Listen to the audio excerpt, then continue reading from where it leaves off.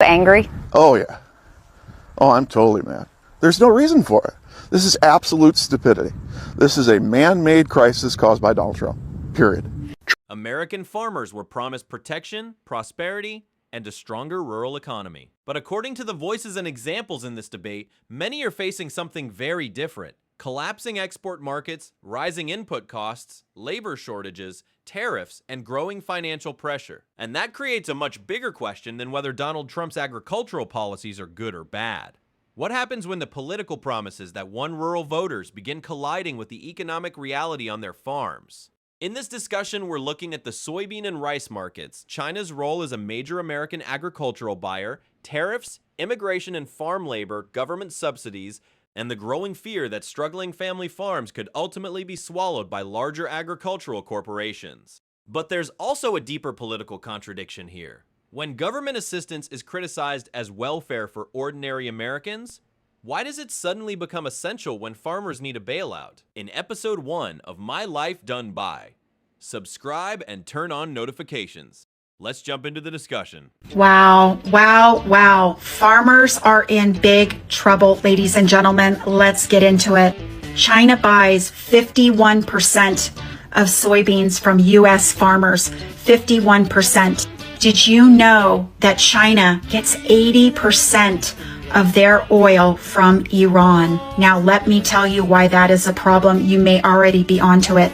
In 2021, China bought $14.1 billion of soybeans.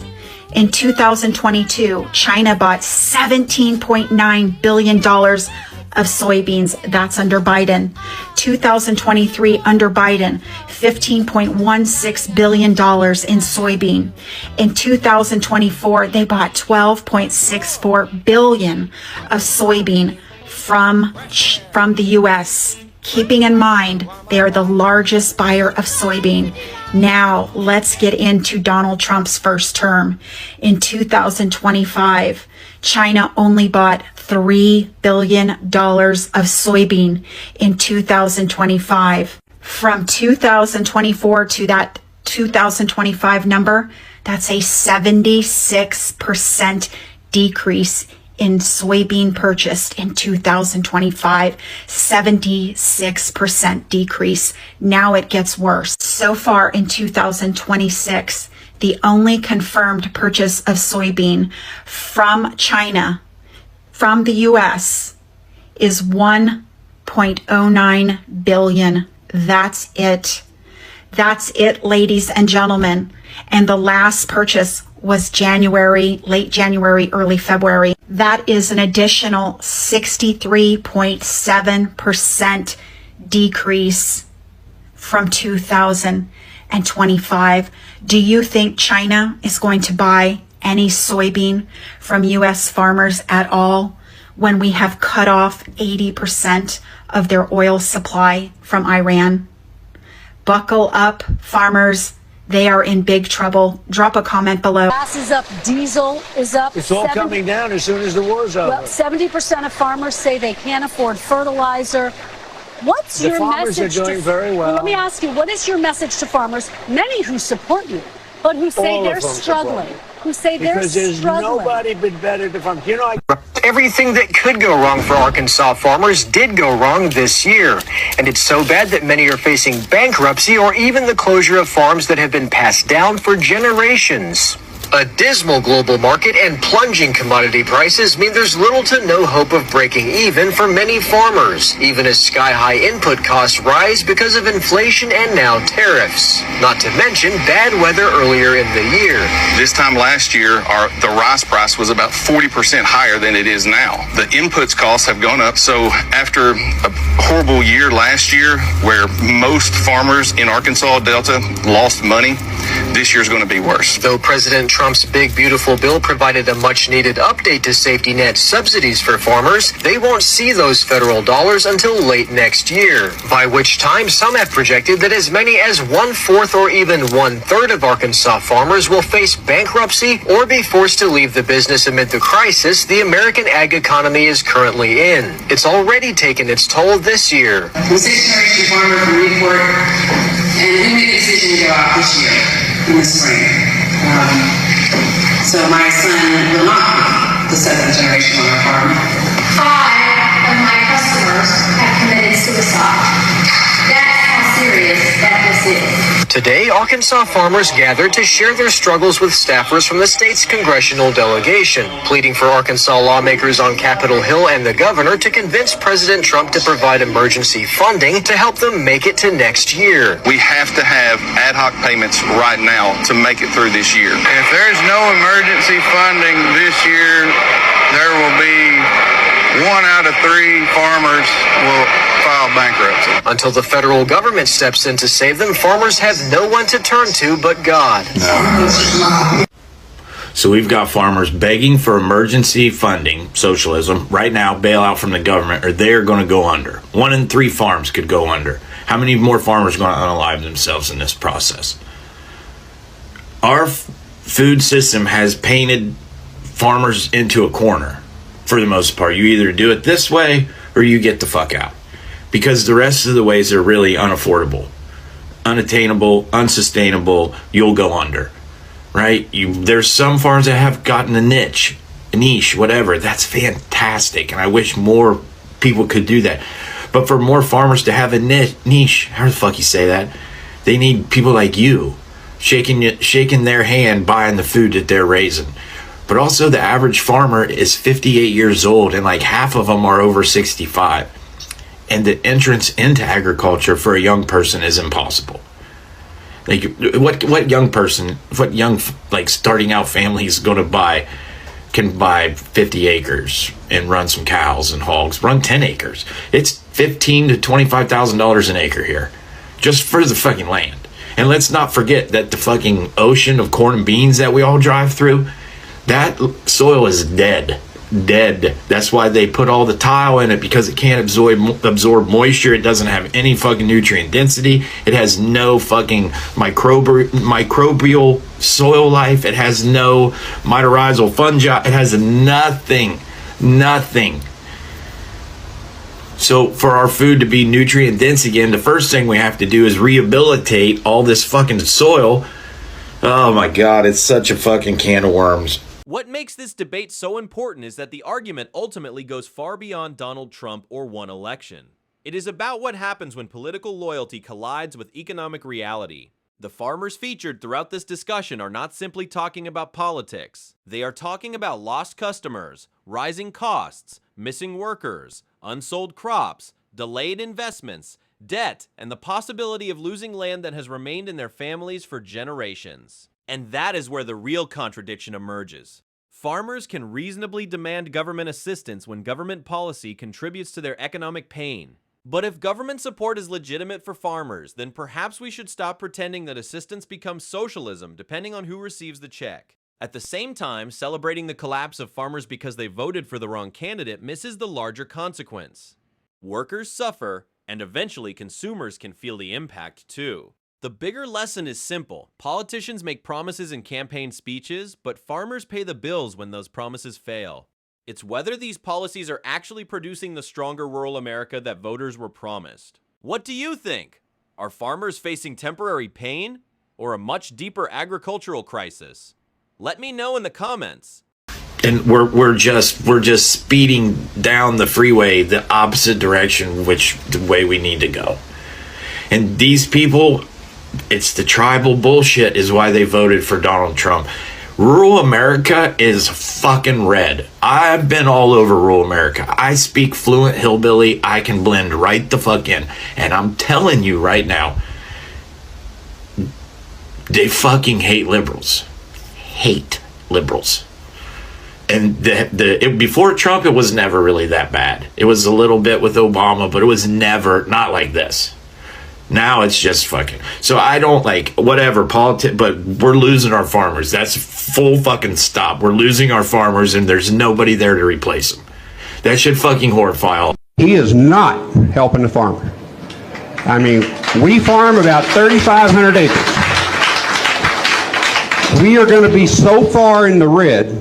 We've got a real disaster with this tariff deal. I mean, for the first time in 20 years, China's bought 0 soybeans and 0 new crop corn out of this country, from 12 billion to 0. When are you going to stand up for us instead of kissing his ass for these trade deals? Guys, I was wrong, and I can admit that. When people were saying that mass deportations would greatly affect farmers, I didn't actually think they were serious. They said that Americans were unwilling to do the jobs that immigrants do, and I didn't believe them. But this new video that I just saw proved me wrong. It's just been harder and harder and harder to find those people to work. Bethany Gotts owns Quay's Farm in Mountain Home, but now with fewer workers, a lot of the manual labor is left up to her. She tells me she's tried hiring locally, but it's been difficult to find people willing to do the hard work. Finding a legal American here that is going to work as hard as an immigrant is nearly impossible. She even posted job openings on Facebook. I had 7 people contact me about it, and when I sent them the description, I had no people respond. I went ahead and found the job listing. She's offering $2,000 to $3,000 a month for full-time manual labor on a farm. She says hiring undocumented workers is not an option, with serious risks for both sides. One, you're going to get fined. You have unfortunately, an employee living in fear. They could get picked up at any moment, and then you're without an employee. To keep her farm running, Gotts is hiring high schoolers and is now looking into the federal H-2A visa program. I have endeavored to spend $200,000 to build a small worker housing so that I can get H-2 workers next year. This woman had $200,000 lying around that she could have used to pay some strapping young Idaho corn-fed boys to do the manual labor on her farm, but instead built temporary housing for visa workers. I never thought I'd live to see the day where liberal media was telling people, are you unwilling to pay Americans a fair and decent living wage for hard manual labor? Just import a bunch of people to do it for way cheaper and then put them in a house and they can't go anywhere else because what other option do they have? Man, I feel like there's a term for that, but it's just slipping my mind. Who did you vote for president? Mr. Trump. Right? Trump. Mr. Trump. If the election were today, Frank, would you vote for Donald Trump? No way. Couldn't happen. No. You voted for President Trump. So now, in this moment, you say you're in a free fall. What is your message to him? So I'm off the Trump train. Where I'm going for now is I got to protect my business. Highland, a wheat farmer who says he's lost $400,000 since Trump took office. I think there was a lot of people who voted for him that want to stay loyal to him, but it's going to get to the point where financially, if it's between supporting the president or losing your family farm.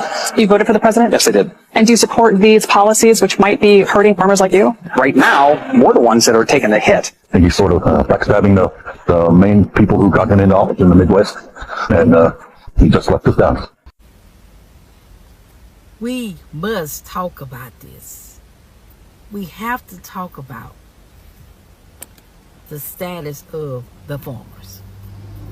Yep, the farmers. That overwhelmingly, the white farmers that overwhelmingly voted for Trump. Now, the farmers are asking for welfare from the government because a lot of them are losing their farms because the subsidies that they get from the government, they can't afford the farms without the subsidies in many cases. And they're like, look, we need help. But here's the difference. When the black farmers asked for help, the white farmers filed a lawsuit. They filed a lawsuit against the black farmers for asking for assistance from the federal government. And they weren't able to receive the assistance from the government because of the white farmers filing the lawsuit. Question is, do you think farmers, white farmers, should receive the help, the same help that the black farmers had asked for, and they filed a lawsuit? Should the black farmers do the same thing and file a lawsuit? Get in the comments. Let me know. Today in Trump's America, small-town farms in Arkansas are begging for welfare. They can't sell their soybeans to China. Who knew that so many farmers were making $10,000 an acre from China? Who knew? But instead of pulling up their bootstraps, they're going for welfare. They're going for subsidies. They're going for American handouts. Just mere months after saying, we don't support welfare programs, cut Medicare, cut Medicaid, cut everything to these LGBTQIARSTUV people. Pull up your bootstraps, Arkansas. Sell something Americans want to buy. talk to your man Donnie Darko about the Department of War, because hell, they might be coming to your town soon. He might be bringing the National Guard to Arkansas and you won't have any farmland left anyway. Look, folks, Donnie Darko is destroying America, and if you can't see it, it's a part of the Heritage Foundation, Project 2025. Go look it up. It's a blueprint. Donnie Darko is following it to a T. The hypocrisy surrounding farm assistance is becoming impossible to ignore. Get this straight. In Mississippi, farmers are about to let food rot. And not because nobody's hungry, but because nobody wants to buy from America anymore. So down in the Mississippi Delta, they're talking about letting rice crops rot. And not because the soil gave up. It's because there's nowhere to sell this stuff. Why? I know you're not asking why. Because America picked a trade war, slapped tariffs on everything breathing, and then acted shocked when China said, okay, cool, we'll just shop somewhere else. It's like throwing a party, but insulting every guest at the door. And then standing in an empty living room and ask why nobody showed up. And now those same farmers that had their hands out for our taxpayer dollars are just going, we'll just let those crops rot. Rice, food, they're just going to let it rot. And here's the part nobody wants to say. The squeeze on family farms did not happen by accident. This is the long game. Family farms are going to get choked out until Big Ag can swoop in and buy up your family farm. They're going to cash the government checks, and then they're going to call it efficiency. That's not farming. That is foreclosure with overalls on. I just thought that American farmers were going to pull themselves up by their bootstraps because that's what they had been talking about the whole time. But it was there. It was all in writing. We probably should have paid closer attention to it. I'll just say this. I think it's time for this administration to recognize who put them into office and also to understand that these people are hurting. And this only adds to the hurt that they're already dealing with. It's about $250,000 to $300,000 worth of revenue.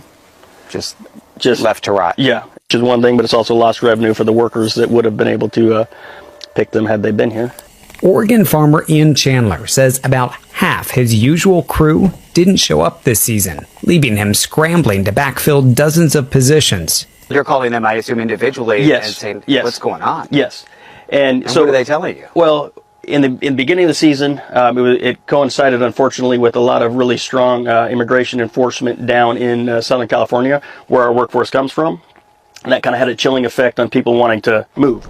While Ian says his workers are hired with what seemed to be a valid ID and work papers, fear of ICE raids kept many of them from traveling north this year. This is the first time in my life farming that I still have crop in my bins that I can't sell. Basically what we're getting out, a bushel of corn or a bushel of rice, would be like you making $5 an hour and trying to pay your bills at home. Mexico and China are the two biggest rice buyers for the United. They buy more rice off of us than anyone, and when they stop buying rice, we have nowhere to go with the rice. It won't be a trickle down effect. It will be like flushing a toilet if the ag industry collapses. Totally 100% dependent upon the Lord Jesus Christ. I surrender it to Him. The tariffs pass down to the consumer. So if you have to go buy a new sprayer, like the one behind you. Anything that comes from China that's on that sprayer, there's a tariff, and they're just going to pass it directly to us. Daniels and Carmack have had to take on second and third jobs, not just selling T-shirts, but driving trucks and repairing boats when they are not in their fields. 4 blood pressure pills a day, 3 different medicines. 2 years ago, none.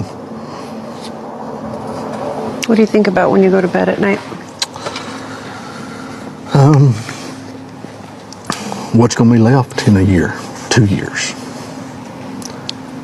Am I the one that broke what started in the late 1800s? U.S. farmers are starting to regret their vote for Trump. From beekeepers to soybean to hay producers, all of them are starting to say, I never thought that voting for Trump 3 times would result in me losing tens of thousands of dollars. A beekeeper out of North Carolina says, yeah, I proudly voted for Trump all 3 times. I flew flags for him and put signs for him in the yard. But now I'm out tens of thousands of dollars due to lost federal funding and tariffs, so I cannot export my products, my honey and my wax, to other countries like I could before, and nobody's buying it in the United States. Hay producers in Idaho and Utah that export alfalfa hay to China are now seeing 135% tariffs put on their product, and all of a sudden, they don't have anywhere to ship it. They held it all winter in hopes of sending it off to China in the spring, and now China's not willing to buy. Soybean producers are once again being hit harder than they were in the first Trump administration, and China, for its part, has diversified where it pulls these products from, with Brazil becoming the #1 soybean exporter and other countries picking up the slack for honey, for beeswax, and for hay around the world. Now, China's doing a great job diversifying, and the United States has relied on exports to China for so long that its farmers are going to just continue to suffer. Once again, the majority of them voted for Trump, and now they're finding out. Trump says, be patient. The farmers are going to be better than ever. Well, you better hurry up. The most disturbing part is that this crisis may accelerate the disappearance of independent farms. Family farmers operate in Danny Lundell's farm. They've been on this land for 159 years. 6 generations are buried right over the hill. We're out here today to talk about the just insanity of these tariffs. A trade deal that we negotiated with our friends in Canada and Mexico that Donald Trump himself signed and is now putting on this chaos into here. The impact across Minnesota and farms just like the Lundells here be dramatic and for nothing. So what I would just say is that we need to be good friends with our neighbors. Our farmers out here in Minnesota feed, fuel, and clothe the world. We innovate. We created the Green Revolution. We don't need Donald Trump and his nonsense interfering with our ability to make sure that these communities stay strong. So take these tariffs off Donald Trump and know that the folks out here are not standing with you on it.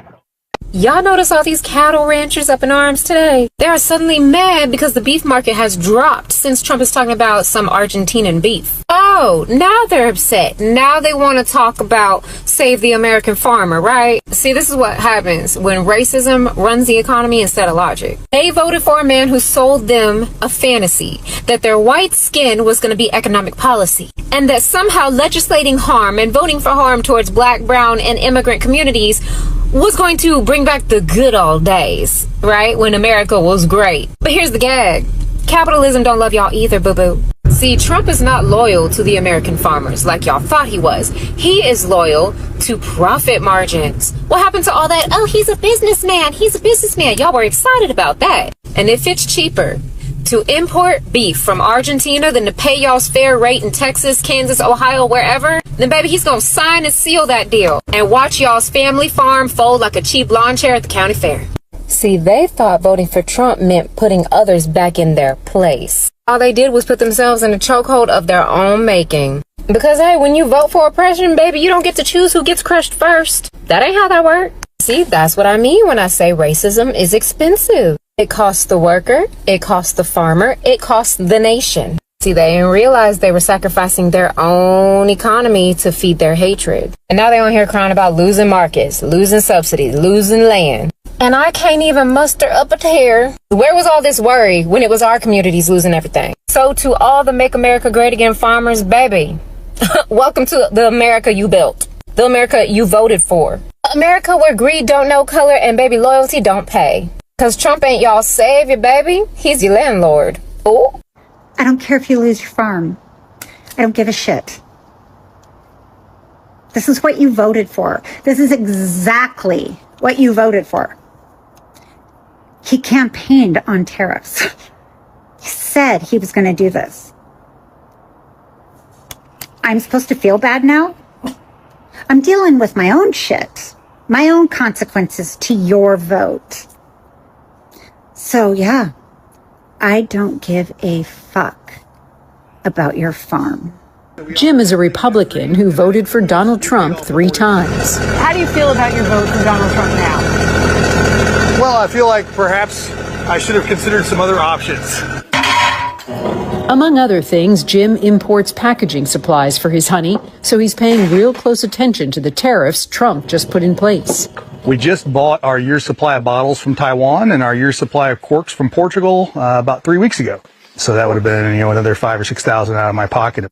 which is partly why he's repairing instead of replacing this 40-year-old forklift. The cost of equipment has just gone through the roof to buy anything like that because it just would be cost prohibitive. He's also holding off on improvements around the farm. Well, we're not going to hire any more people, that's for sure. It's more than just the tariffs. For the past 2 years, Jim has been selling honey to the federal government, which then provides it to schools and food banks. But after Donald Trump took office, the USDA cut those programs suddenly as part of the federal government's effort to streamline spending. For a lot of other local farmers around here, it was a major source of reliable revenue. For me, it's going to cost me around $150,000 a year. $150,000? Yeah, roughly 50% of my revenue. That's a huge hit. That's a massive hit. What? You want me to have sympathy for farmers? You want me to feel bad? You want me to say, hey, that's anti-American. You can't want them to fail. I don't care. I want them to get exactly what they voted for. So if they fail, let it happen already. Because you know what I'm tired of? Let me tell you what I'm really sick and tired of. I am sick and tired of Democrat presidents getting into office, fixing stuff, and then we go, let's try a Republican again. And Republicans burn it all to the ground. Maybe you're not old enough to remember, but the Clinton years were spectacular. They were so amazing. Anybody alive will tell you, oh my God, the Clinton years were unbelievably good. But you know what the country did? Yeah, they put a Republican. They didn't put his vice president in office. They put in some complete moron. And that's what Republicans do time and time again. They put in complete idiots that wreck everything. And we know this because we see it again and again and again. So now we sit here. We told everybody. By the way, this guy Trump was horrible for farmers last time. Don't do it. What did they do? They went and voted for him. So now you want me to have sympathy? No, absolutely none. Zero. You're going to lose your farms? Okay, that's what you voted for. This at some point needs to stop. At some point, it needs to just burn to the ground again. And maybe this time you'll learn a lesson, because it's going to all go to the ground. Donald Trump has no clue what he's doing. He has people in positions. They have no idea what's going on. That's a fact. So what do you think's going to happen? Everything's going to go to hell. And guess what? We're going to bring in a Democrat to fix everything. And I promise you, in a few years, we're going to put a Republican right back in behind them, and they're going to burn it all to the ground again. Because we've been doing this since Nixon. Yes, we've been doing it for 50 years. And tell me, why would we